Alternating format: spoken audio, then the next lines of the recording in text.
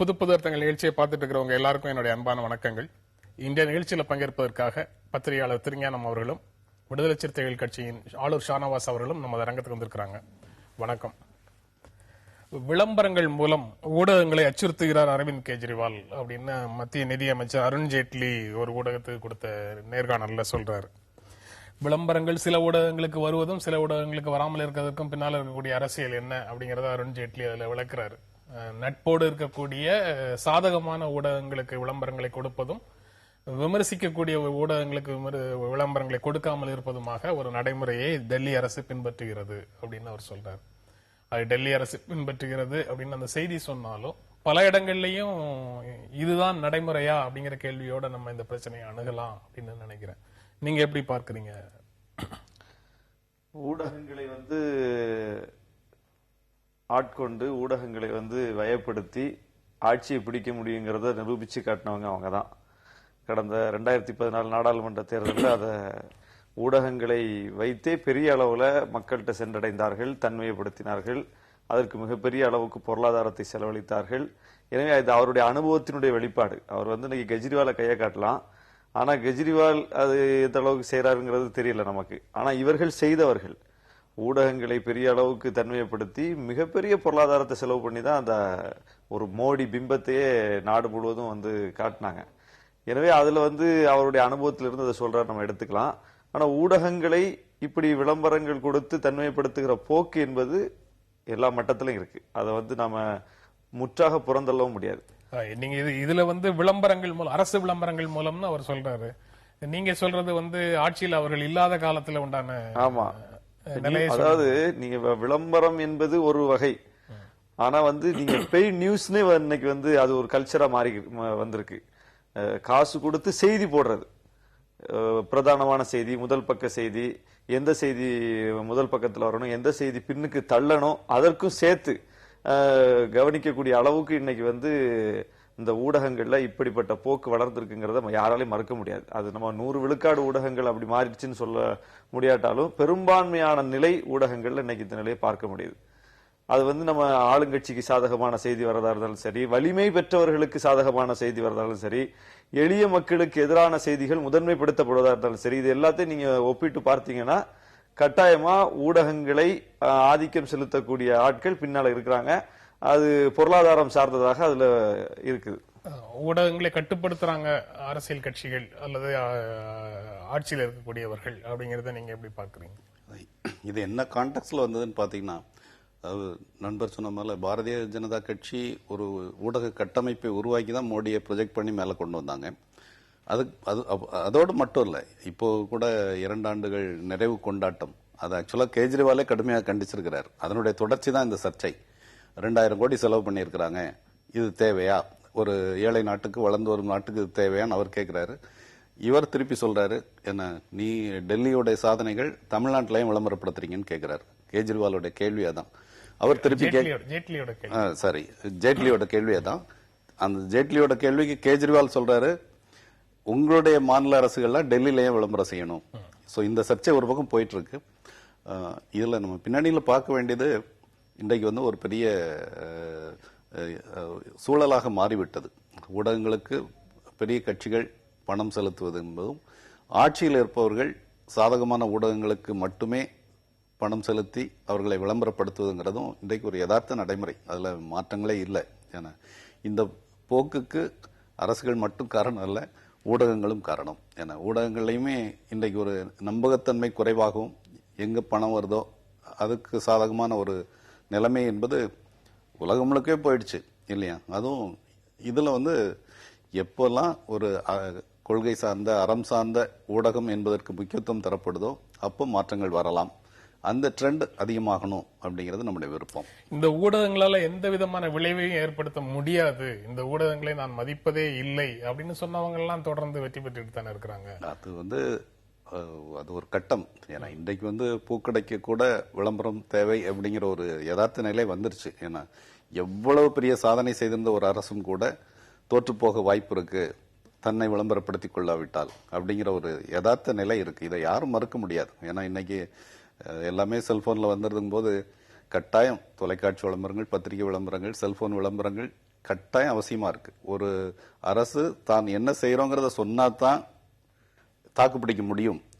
அரசு மட்டும் இல்ல, தனி மனிதர்களே கூட தான் என்ன செய்யறோங்கிறத சொல்லிட்டே இருந்தாதான் மற்றவங்க நம்புவாங்கங்கிற ஒரு நிலைமை இன்னைக்கு இருக்கு. என்ன அதை அப்படியே ஆய்வு செய்து புரிந்து கொள்ளக்கூடிய நிலையில் சமூகம் இல்லை. என்ன இந்த ஒரு யதார்த்த சூழலுடைய ஒரு விளைவு தான் இது. அதாவது வெகு மக்கள்கிட்ட மிகப்பெரிய தாக்கத்தை ஏற்படுத்தக்கூடிய ஒரு கருவியா ஊடகம் இருக்கு, அதை மறுக்க முடியாது. அதனாலதான் இன்னைக்கு வந்து வலிமை பெற்றவர்கள் அதன் மேல அதிகமான கவனத்தை செலுத்துறாங்க. நீங்க வந்து இன்னைக்கு தேர்தலே எப்படி எதிர்கொள்றாங்க, தேர்தல் செலவிலேயே பெரிய செலவாக இன்றைக்கு விளம்பரங்களுக்கான செலவு மாறி வந்திருக்கு. பக்கம் பக்கமா விளம்பரம் கொடுக்கறாங்க, அதற்கான பெய்ட் நியூஸ் என்கிற அளவுல வேலை செய்யறாங்க. இது வந்து இன்னைக்கு மக்கள்கிட்ட ஒரு பேசு பொருளா இருக்குது. இதை எதுவுமே செய்யாதவர்கள் பெரிய பின்னடைவை சந்திக்கக்கூடிய காட்சியும் பார்க்கிறோம். இந்த நடந்து முடிந்த தேர்தலே அதுக்கு சாட்சி. நீங்க அதிமுக, திமுக, மாற்றுன்னு சொன்ன பாமக 3 பேரும் பெருங்கொண்ட அளவுல விளம்பரம் செய்திருக்கிறார்கள், பக்கம் பக்கமா விளம்பரம் செய்திருக்கிறார்கள். இந்த விளம்பரத்தை மாற்றுன்னு சொல்லக்கூடிய மக்கள் நல கூட்டணி தேமுதிக தமாக அணி செய்யல. ஆனா அவர்கள் வந்து இன்னைக்கு களத்துல பெர்ஃபார்ம் பண்ணி இருக்கக்கூடிய ஒரு காட்சியை நம்ம பார்க்கிறோம். அதிமுகவும் ஆட்சியை பிடிச்சிருக்கு, திமுக அதிகமான இடங்களை பெற்றிருக்கு. இந்த முடிவுக்கு விளம்பரங்கள் மட்டுமே காரணம் அப்படின்னு சொல்ல முடியும். கருத்துருவாக்க தளத்துல நடக்கக்கூடிய அந்த வேலை வந்து மிகப்பெரிய அளவுக்கு மக்கள்கிட்ட தாக்கத்தை ஏற்படுத்துறது, அதை மறுக்கவே முடியாது. நீங்க ஒரு செய்தியை எப்படி கொண்டு போய் மக்கள்கிட்ட சேர்க்கிறாங்க, எப்படி ஒரு அணியை ப்ரொஜெக்ட் பண்றாங்க, எப்படி ஒரு அணி முன்னிறுத்தப்படுகிறதுங்கிறதுலயே மக்கள்கிட்ட அது தாக்கத்தை ஏற்படுத்துது. இன்னைக்கு மக்கள் நல கூட்டணி தேமுதிக தமாக அணி தமிழ்நாட்டில் எப்படி முன்னிறுத்தப்பட்டது, அது மிக முக்கியமான கேள்வி. ஒரு சின்ன சின்ன அசைவுகள் கூட மிகப்பெரிய அளவுக்கு கேலியும் கிண்டலுமா ஊடகங்களால சித்தரிக்கப்பட்டது. ஒரு தலைவர் மேடையில கண்ணா இருந்தாருன்னா அது மிகப்பெரிய செய்தியா மாறுச்சு. ஒரு தலைவர் கொட்டாய விட்டாருன்னா அதுக்கு அவர் வாயை நோக்கி கேமரா போச்சுது. ஆனா ஓட்டுக்கு பணம் கொடுத்த ஒரு இடத்துலயாவது இந்த ஊடகங்களுடைய கேமரா வந்து அதை பொறி வச்சு பிடிச்சுதா? எங்கேயும் பிடிக்கல. ஏன் பிடிக்கல? ஓட்டுக்கு பணம் கொடுக்கறது வந்து ஊடகங்களுக்கு தெரியாதா? திமுக கொடுக்கறாங்க ட்ரேஸ் பண்ணி போறது அவ்வளவு பெரிய வேலையா அது ஊடகங்களுக்கு இல்ல. ஆனா செய்யக்கூடாது என்கிற முன்முடிவு. ஏன் செய்யக்கூடாதுன்னா அங்கதான் வந்து விளம்பரங்கள் கொடுக்கக்கூடிய இடத்துல இருக்கக்கூடியவர்கள் யார், கொடுக்காத இடத்துல இருக்கக்கூடியவர்கள் யாருங்கிற அந்த ஒப்பீட்டுல இருந்து ஊடகங்கள் வேலை செய்யறாங்க. நான் ஒட்டுமொத்த ஊடகங்களை நான் குறை சொல்லல, ஒட்டுமொத்த ஊடகங்கள் மேலே இப்படிப்பட்ட ஒரு பழியை நான் போடல. ஆனா இருக்குதானா பெரும்பான்மையான களத்துல நம்ம பார்க்கிறோம் இந்த சூழல் இருக்குது. அதுதான் வந்து எதிரொலிக்குது களத்திலையும். களத்துல அதுதான் எதிரொலிக்குது அப்படின்னு சொல்றாரு. எல்லா இடங்களிலுமே வந்து முதன்மையாக இருக்கக்கூடிய கட்சிகளை தாண்டி எளிய கட்சிகளை வந்து ஊடகங்கள் எப்போதுமே ஏறி மிதிக்குது அப்படிங்கிற குற்றச்சாட்டை எப்பவும் சொல்லிட்டு இருக்கிறத பார்க்க முடியுது. இப்போ தேர்தலுக்கு பிறகு கூட சுதந்திரமாக இருக்கக்கூடிய பத்திரிகையாளர்கள் கூட வழக்கம் போல ஊடகங்கள் எதிர்கட்சியை விமர்சிக்கும், எதிர்கட்சியை காட்சி எடுக்கும், ஆளுங்கட்சியை மயிலிறகால் வருடும் அப்படின்னு சொல்லி பேசுவதையும் எழுதுவதையும் பார்க்க முடியுது. அதற்கெல்லாம் விளம்பரங்கள் தான் காரணம் அப்படின்னு சொல்ல முடியுமா? இது 2 விதமான போக்கையும் நீங்க பேசலாம்னு நினைக்கிறேன். அதாவது முதன்மையான கட்சிகளை பற்றி பேசாமல் எளிய கட்சிகளை மட்டுமே அடிக்கிற ஒரு போக்கு ஊடகங்கள்ட்ட இருக்குங்கிறது ஒரு தரப்பு குற்றச்சாட்டு. இன்னொரு தரப்பு ஆளுங்கட்சியை தொடர்றதே இல்ல, பிரதான எதிர்கட்சியை மட்டுமே தாக்குற வேலையை ஊடகங்கள் செய்யுது அப்படின்னு சொல்ற ஒரு போக்கு. அதான் முதல் விஷயத்துல பொறுத்தவரை நிலைமைகள் மாறிட்டு இருக்குன்னு நான் நினைக்கிறேன். கிட்டத்தட்ட ஒரு 5 ஆண்டுகள் 10 ஆண்டுகளுக்கு முன்பு ஊடகங்கள் வந்து குறிப்பிட்ட கண்ட்ரோல்ல இருக்கும்போது வேற எந்த மாற்று சிந்தனையும் அனுமதிக்கப்படாத ஒரு சூழல் இருந்தது. அதுல சமூக ஊடகங்கள் ஒரு பெரிய மாற்றத்தை கொண்டு வந்திருக்கு. நண்பர் சொன்னாரு பெரிய கட்சிகள் தவிர்க்கப்பட்டன, கேலி கிண்டல். நான் அதை உண்மைன்னு சொல்லல. கட்டாயம் இந்த மைம்ஸ் எல்லாம் பெரிய கட்சிகளுக்கும் வந்தது. எல்லாரும் கேலி செய்யப்பட்டார்கள். கேலி செய்யப்படுவது மட்டுமல்ல, ஆக்கப்பூர்வ விஷயங்கள் பலரால் பாராட்டப்பட்டன. ஆனாலும் கூட இன்னும் பெரிய ஊடகங்களோட வலிமை அதிகமாக தான் இருக்கு. நிலைமை இன்னும் மாறும். எந்த அளவுக்கு சமூக ஊடகங்கள் பரவலாயிட்டு வருதோ அந்த அளவுக்கு இதுல ஒரு ஜனநாயகத்தன்மை வரும். உண்மைகள் மறைக்கப்பட முடியாங்கிறதும், பரவலான செய்திகள் பரவலான மக்களுக்கு போய் சேருவது என்ற ஒரு ட்ரெண்ட் தொடங்கிவிட்டது. இந்த ஆரோக்கியமான போக்கு வளர வேண்டும் நினைக்கிறேன். 2வது விஷயம் நீங்க சொன்ன முதல்ல குறிப்பிட்ட ஊடக ஏகபோகம் தளர்ந்த இந்த கடந்த 5 ஆண்டுகள்ல ஊடக ஏகபோகம் தளர்ந்திருக்கு அப்படின்னு எடுத்துக்கிட்டோம்னா, அந்த தளர்ந்த சூழல்ல கூட நிலைமைகள்ல மாற்றம் இல்லை அப்படின்னு இந்த குற்றச்சாட்டுகள்ல இருந்து பொருளான்னு கேட்கிறேன். புதிதாக வந்தவர்களும் இந்த குற்றச்சாட்டுகளில் இருந்து விலகவில்லை, விலகியபடி செயல்படவில்லைன்னு பொருளா? அவர் வந்து ரொம்ப சேஃபா, ஆளுநர் ஷானவாஸ் வந்து ரொம்ப சேஃபா பாதுகாப்பா ஒரு விஷயத்தை சொல்லிட்டாரு. எல்லா ஊடகங்களையும் சொல்லவில்லை அப்படின்னு சொல்லிட்டாரு. நீங்க எப்படி பார்க்குறீங்க அதை? உண்மைதான். அதாவது நான் மீண்டும் மீண்டும் சொல்லக்கூடிய விஷயம், ஊடகங்களுடைய ஏகபோகத்தன்மை என்பதில் ஒரு தளர்வு வந்திருக்கு.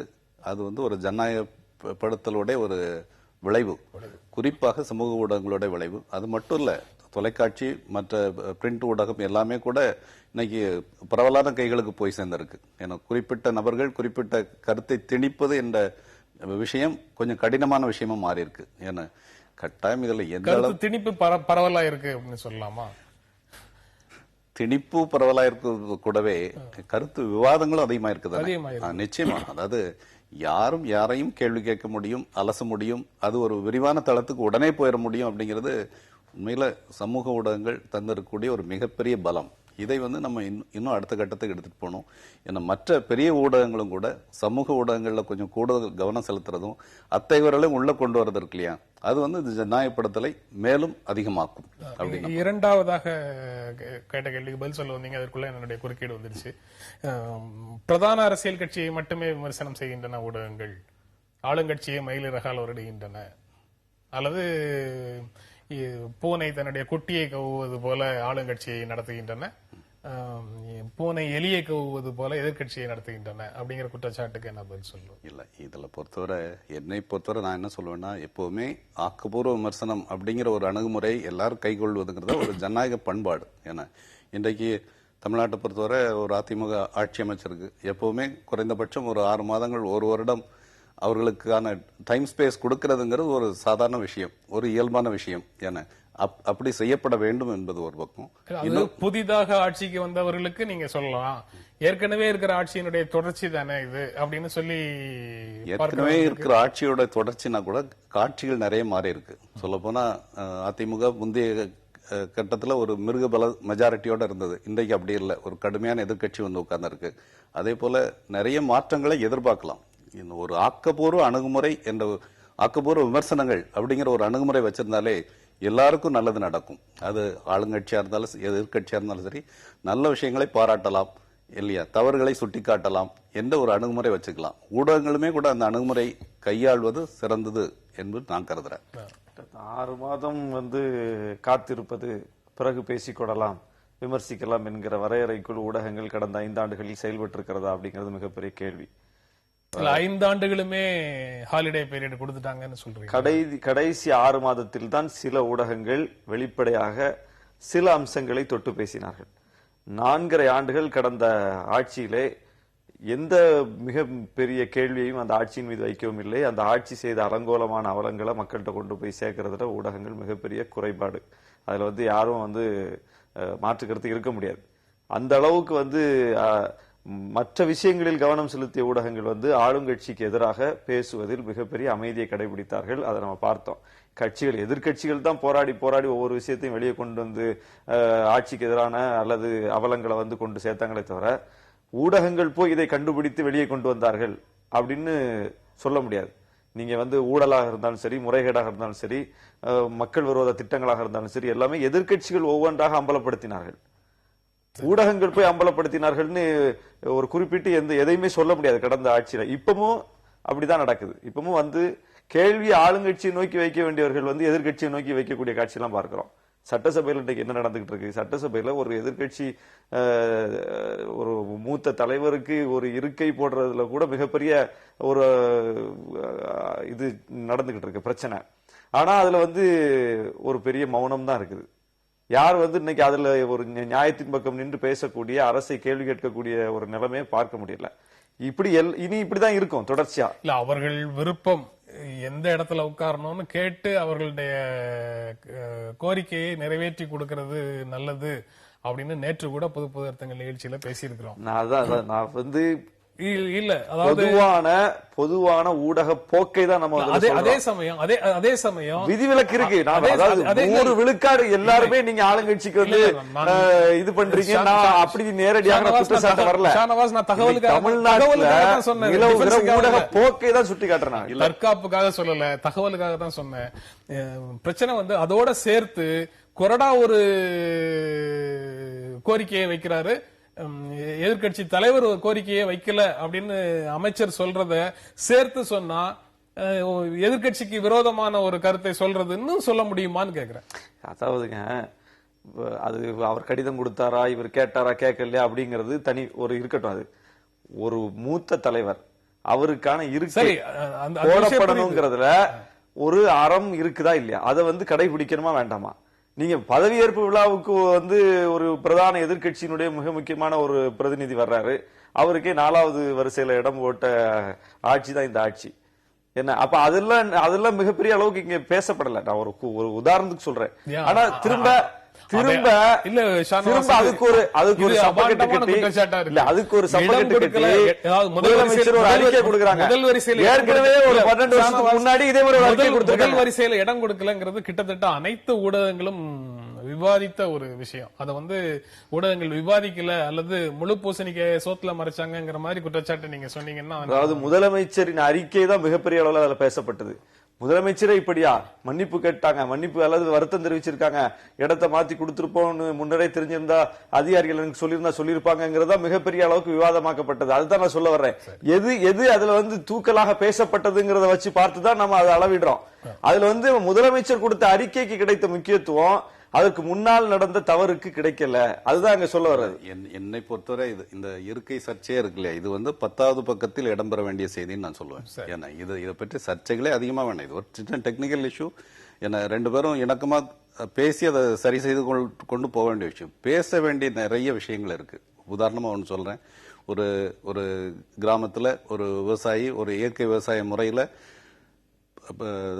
செயல்பட்டு கிட்டத்தட்ட ஒரு நாளைக்கு 2 லட்சம் ரூபாய் வருமானம் பெறாரு.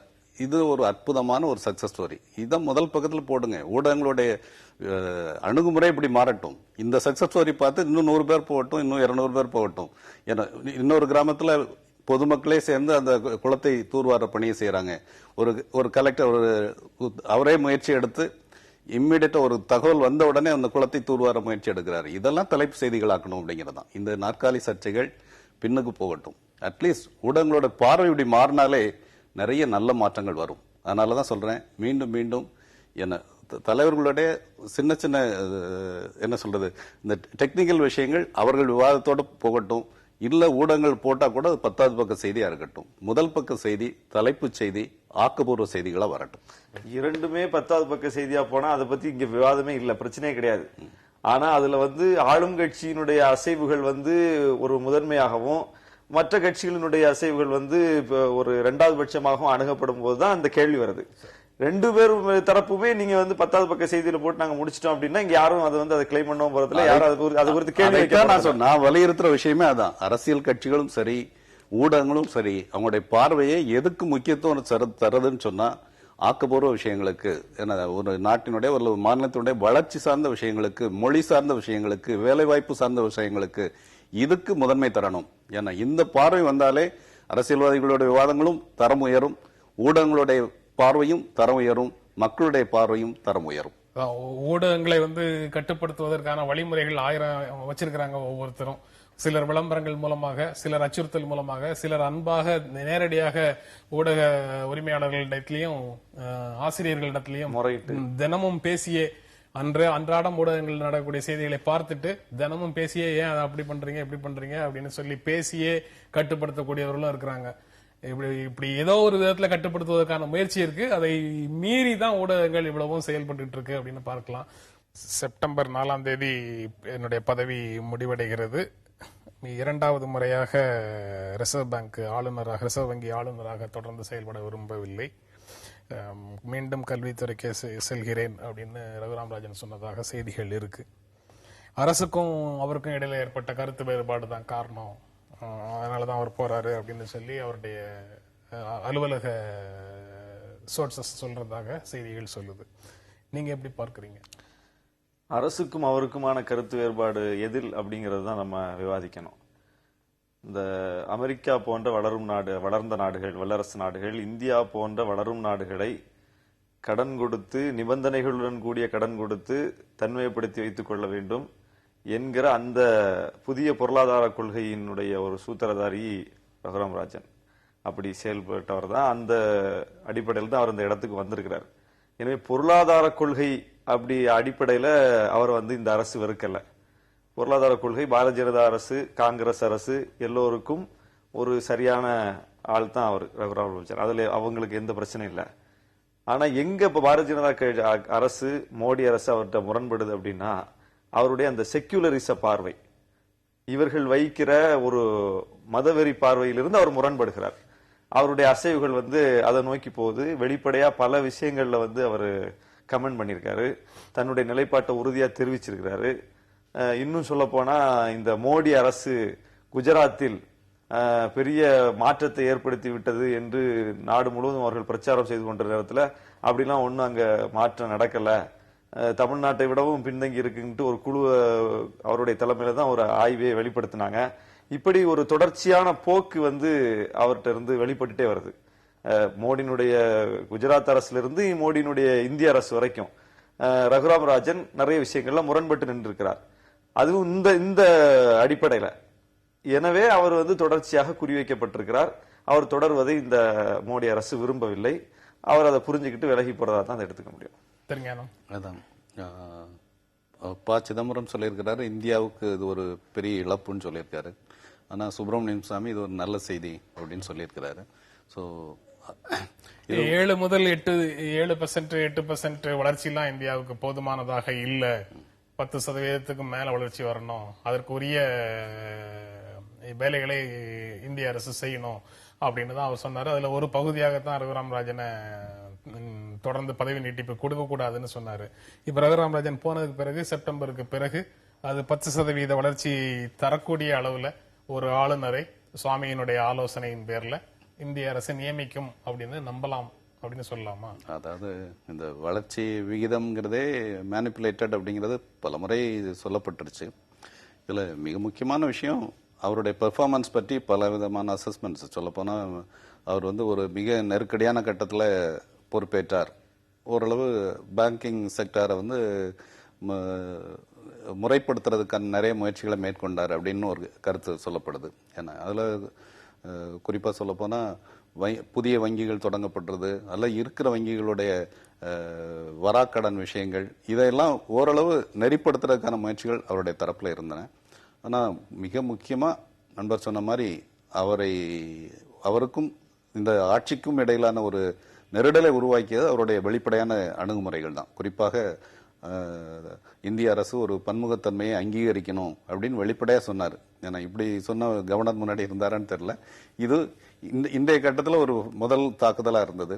அது மாதிரி அவருடைய சில அணுகுமுறைகள் இந்த ஆட்சியினுடைய யதார்த்தங்களை வெளில கொண்டு வந்துச்சு. அவர் உண்மையிலே சில முன்னேற்றங்களுக்கான முயற்சிகளை மேற்கொண்டாருங்கிறது மறுக்க முடியாது.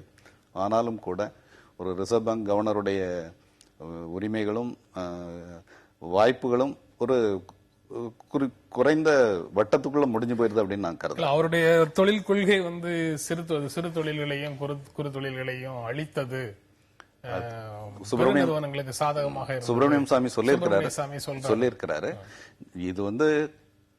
இது ஒரு உண்மை. அவருடைய கொள்கை மட்டும் இல்ல. ஏன்னா நேரு காலத்துல இருந்தே இந்திய பொருளாதாரத்தை பாத்தீங்கன்னா சிறு தொழில், குறுந்தொழில், அதே மாதிரி விவசாயம், இதற்கான முக்கியத்துவம் போதிய அளவில் தரப்படவில்லை. இது ஒரு வேதனையான உண்மை. இதுல எந்த அரசியல் தலைவரும் சரி, எல்லாம் வெற்று முழக்கங்கள். உண்மையில பெரிய கோடீஸ்வரர்களுக்கு மட்டுமே கடன், அவங்க திருப்பி தராங்களோ இல்லையோ அள்ளி அள்ளி கொடு இல்லையா, வளரக்கூடிய ஜெனியூனான முயற்சிகளை நசுக்கு. இதுதான் இதுவரை உள்ள அணுகுமுறையா இருந்திருக்கு. அதுல வங்கிகள்லயும் மாற்றம் இல்லை, வங்கி கவர்னர்களையும் மாற்றம் இல்லை.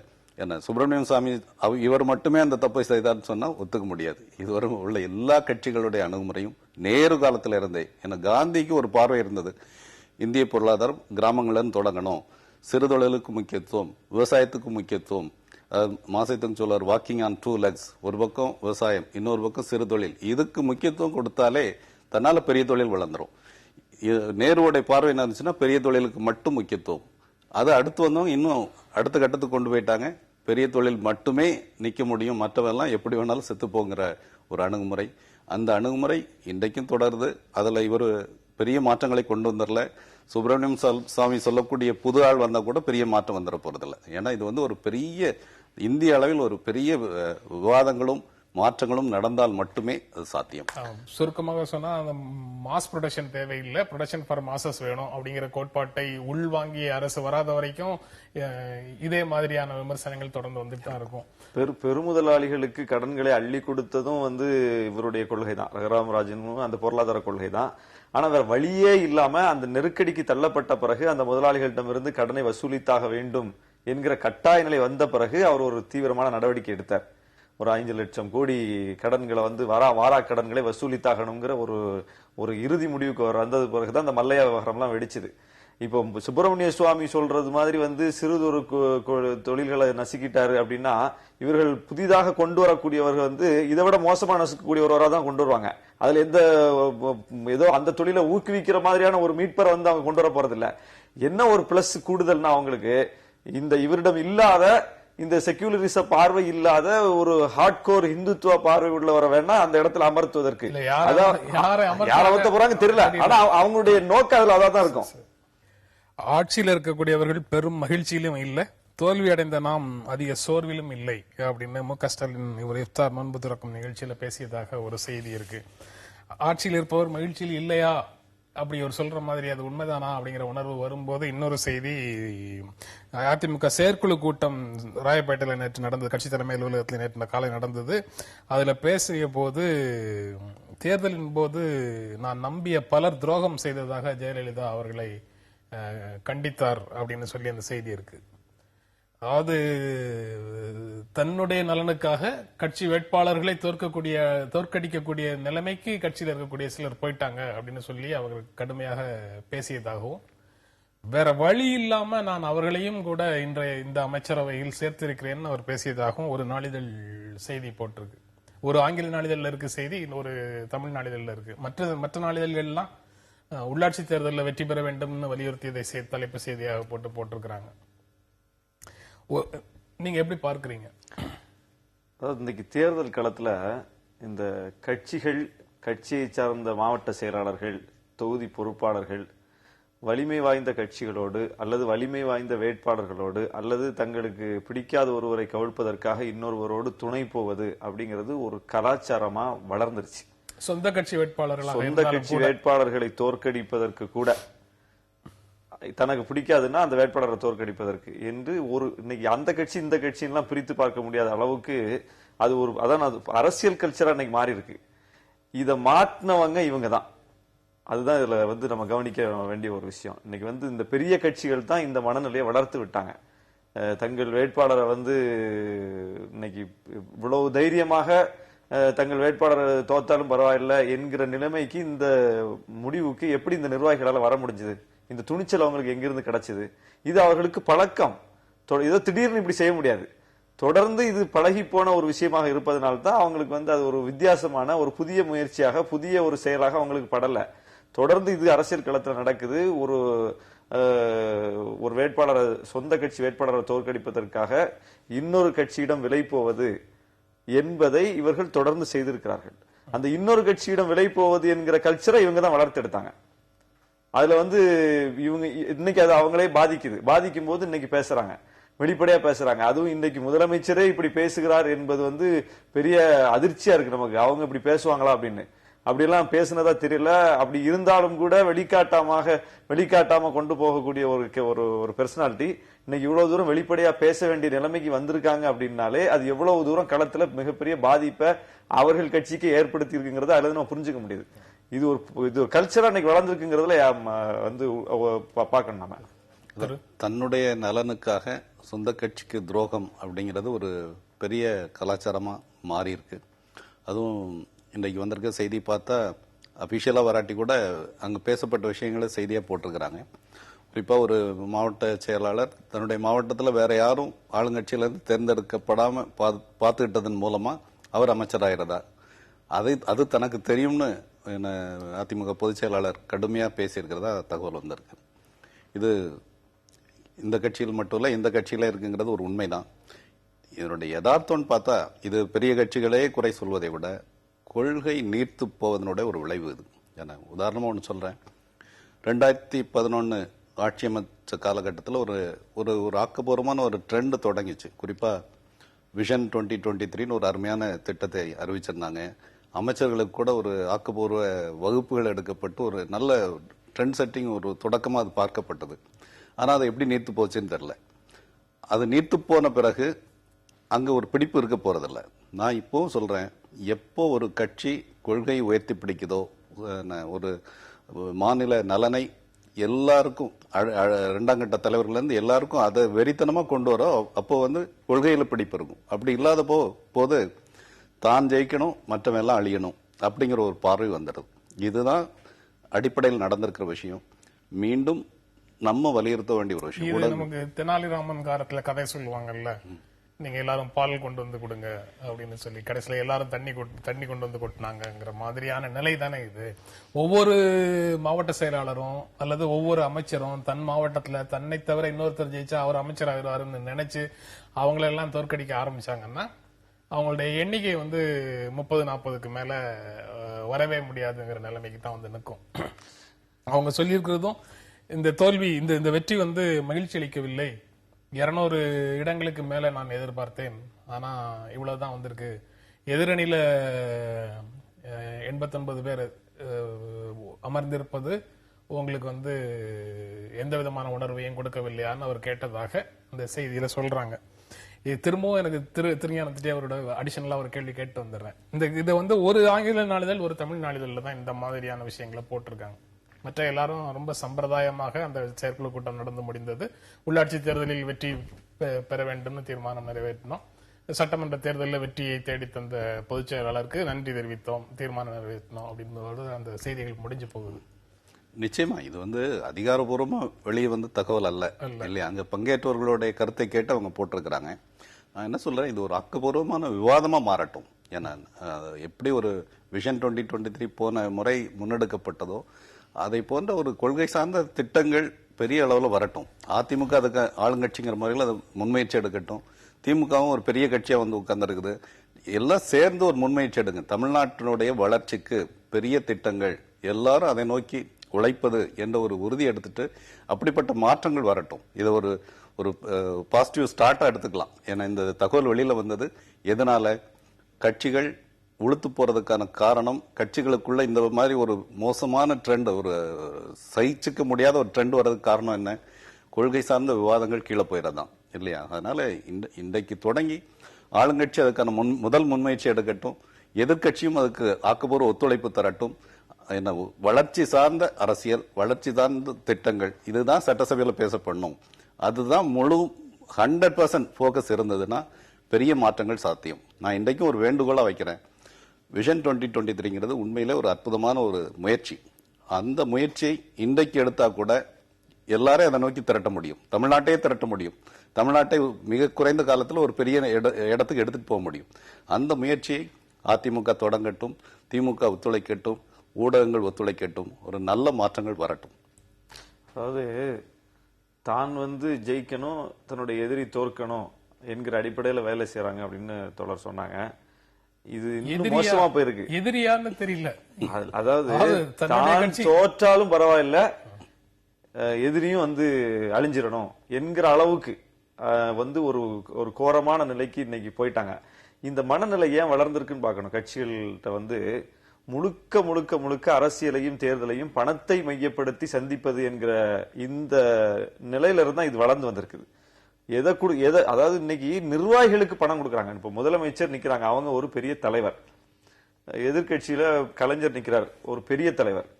ஆனா அவங்க போட்டியிடுற தொகுதியில அவங்க கட்சி கிளை செயலாளருக்கு, அவங்க ஒன்றிய செயலாளருக்கு, அவங்க நகர செயலாளருக்கு, அவங்க மாவட்ட செயலாளருக்கு இவ்வளவு பதவிக்கு ஏற்ற வகையில, பொறுப்புக்கு ஏற்ற வகையில பணம் கொடுத்திருக்காங்க. இது ஓட்டுக்கு பணம் கொடுத்ததை பத்தி நம்ம பெரிய விவாதம் நடத்திட்டு இருக்கோம். கட்சி நிர்வாகிகளுக்கு இந்த கட்சி தலைவர்கள் போட்டியிடுற தொகுதியில எவ்வளவு பணம் போயிருக்கு தெரியுமா? அப்போ இதை யார கரெக்ட் பண்ணது யாரு? அவங்கள இப்படி கரைபடிந்த ஆளா மாற்றினது யாரு இந்த இடத்துல? அப்ப எப்படியாவது தான் வெற்றி பெற்று விட வேண்டும், அதிகப்படியான வாக்குகளில் தான் வெற்றி பெற்றாக வேண்டும், தன்னுடைய ஆளுமை அதுல நம்ம காட்டியாகணும் என்கிற ஒரு நிலைப்பாடை இவங்க எடுத்துக்கிட்டு அதற்காக எல்லா ஒரு அறத்தையும் மீறி எல்லாமே செஞ்சுட்டு அப்புறம் அவன் அதுக்கு பழக்கப்பட்டுறான்.